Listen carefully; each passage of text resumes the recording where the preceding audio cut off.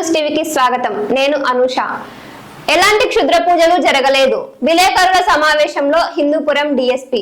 హిందూపురం మండలం జూమాకులపల్లి వద్ద అర్ధరాత్రి పూజలు చేసి పొట్టేళ్లను బలిచ్చారంటూ సోషల్ మీడియాలో వైరల్ అవుతోందని, అయితే ఇది క్షుద్ర పూజల కోసం చేసిన సంఘటన కాదని హిందూపురం డీఎస్పీ కేవి మహేష్ తెలిపారు. హిందూపురం మండలం జూమాకులపల్లి నివాసి హనుమంతప్ప బైకుపై వెళ్తుండగా సెప్టెంబర్ 2వ తేదీన వెనుక నుంచి ఒక బుల్లెట్ ఢీకొనడంతో ఆయన తీవ్రంగా గాయపడ్డారన్నారు. ఆ తర్వాత కోమాలోకి వెళ్లిన ఆయనకు బెంగళూరులోని నిమాన్స్ ఆసుపత్రిలో చికిత్స పొందుతున్నాడన్నారు. ఈ సంఘటనపై అప్పట్లోనే లేపాక్షి పోలీస్ స్టేషన్ లో కేసు నమోదు అయిందన్నారు.